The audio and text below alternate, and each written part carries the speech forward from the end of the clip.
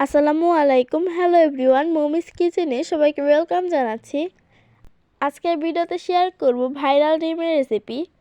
আশা করছি আজকের ভিডিওটি আপনাদের কাছে ভালো লাগবে। তার জন্য প্রথমেই নিয়ে নিয়েছি 6টা ডিম। এইখানে দেশি মুরগির ডিম নিয়ে নিয়েছি। তারপর এটার মধ্যে দিয়ে দিয়েছি পানি আর দিয়ে দিয়েছি লবণ। লবণ দেওয়ার কারণে কিন্তু সিদ্ধ করার সময় ডিমগুলো ফেটে যাবে না। তারপর ডিমগুলোকে সিদ্ধ করে নিয়েছি। সিদ্ধ করার পর ডিমের খোসাটাকে ছাড়িয়ে নিয়েছি। তারপর একটি বাটির মধ্যে নিয়ে নিয়েছি শসা কুচি। এখানে প্রায় একটা শসাকে কুচি কুচি করে কেটে নিয়েছি। তারপর নিয়ে নিয়েছি 1 চামচের মতো ধনিয়া পাতা কুচি।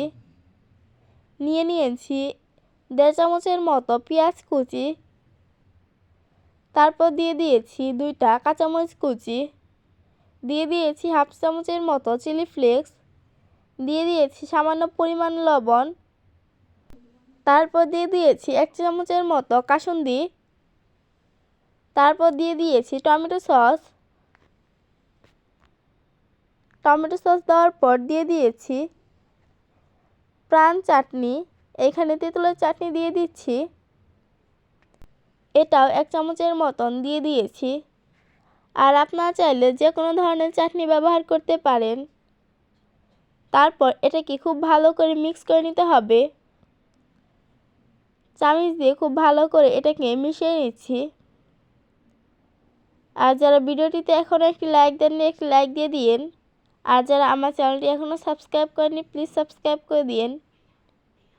আর এই ভাইরাল ডিম বানাতে কিন্তু খুব বেশি সময় লাগে না, মাত্র 10 মিনিটের মধ্যেই কিন্তু এটা তৈরি করা যায়। আর এটা বানানোও কিন্তু খুব বেশি সহজ। ঘরোয়া জিনিস দিয়ে এগুলো তৈরি করা যায় আর খেতে হয় ভীষণ মজা।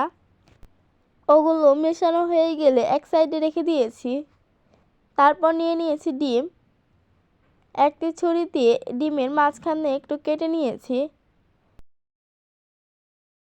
শসা দিয়ে তৈরি করে রাখা চাটনিটা এটার মধ্যে দিয়ে দিয়েছি। এরকম করে সবগুলোকেই বানিয়ে নিচ্ছি। তারপর এটার মধ্যে আবার উপর দিয়ে দিয়েছি প্রাণ চাটনি।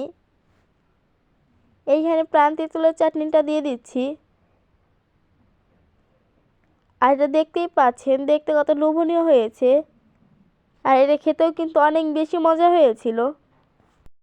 আপনারা চাইলেও বাসায় এরকম করে বানাতে পারেন, খেতে কিন্তু খুবই মজা হয়েছিল।